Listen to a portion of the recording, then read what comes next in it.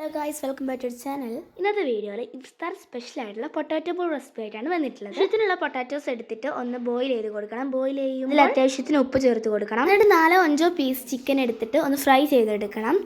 അപ്പോഴേക്കും നമ്മുടെ potatoes ready ആയിട്ടുണ്ടാവും. എന്നിട്ട് നമ്മൾ ഇതിൻ്റെ തൊലി ഒന്ന് ഇതുപോലെ പറിച്ചു കൊടുക്കുക. എന്നിട്ട് വേറൊരു ബൗളിലേക്ക് മാറ്റിയതിനു ശേഷം നന്നായി സ്റ്റീൽ ഗ്ലാസ് വെച്ചിട്ട് ഉടച്ചു കൊടുക്കുക. എന്നിട്ട് അതിലേക്കുള്ള മസാലകൾ ഓരോന്നായി ചേർത്ത് കൊടുക്കുക. കുരുമുളക് പൊടി, ആവശ്യത്തിന് മഞ്ഞൾപ്പൊടി, ആവശ്യത്തിന് മുളക് പൊടി. ബോയിൽ ചെയ്തപ്പോൾ ഉപ്പിട്ടിട്ടില്ലെങ്കിൽ ഇപ്പോൾ ഇട്ടാലും മതി.